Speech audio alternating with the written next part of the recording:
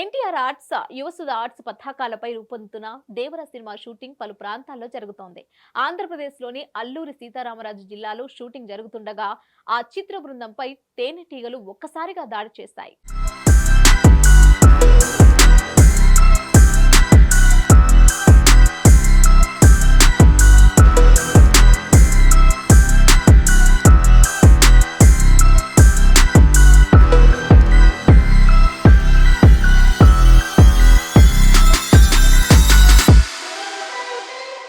NTR arts, Yuvasudha arts పతాకాలపై రూపొందుతున్న దేవర cinema shooting పలు ప్రాంతాల్లో జరుగుతోంది.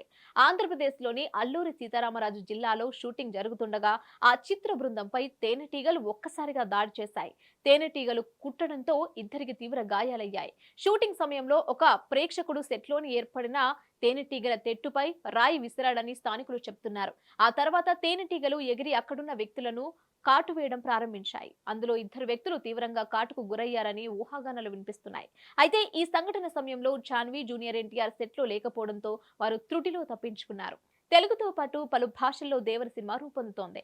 ఈ చిత్రంలో జూనియర్ ఎన్టీఆర్, జాన్వీ కపూర్, సైఫ్ అలీ ఖాన్, ప్రకాష్ కనిపించనున్నారు. దేవర చిత్రం అక్టోబర్ 10వ తేదీన 2024న విడుదల కానుంది. ఇందులో జూనియర్ ఎన్టీఆర్ డిఫరెంట్ లుక్ లో కనిపించనున్నారు. ఈ సినిమాని ఆసక్తికరంగా మార్చేందుకు చాలా షూటింగ్ లొకేషన్లను ఎంచుకున్నారు. దేవర సినిమా విడుదల కోసం అభిమానులు ఎంతో ఆసక్తిగా ఎదురుచూస్తున్నారు.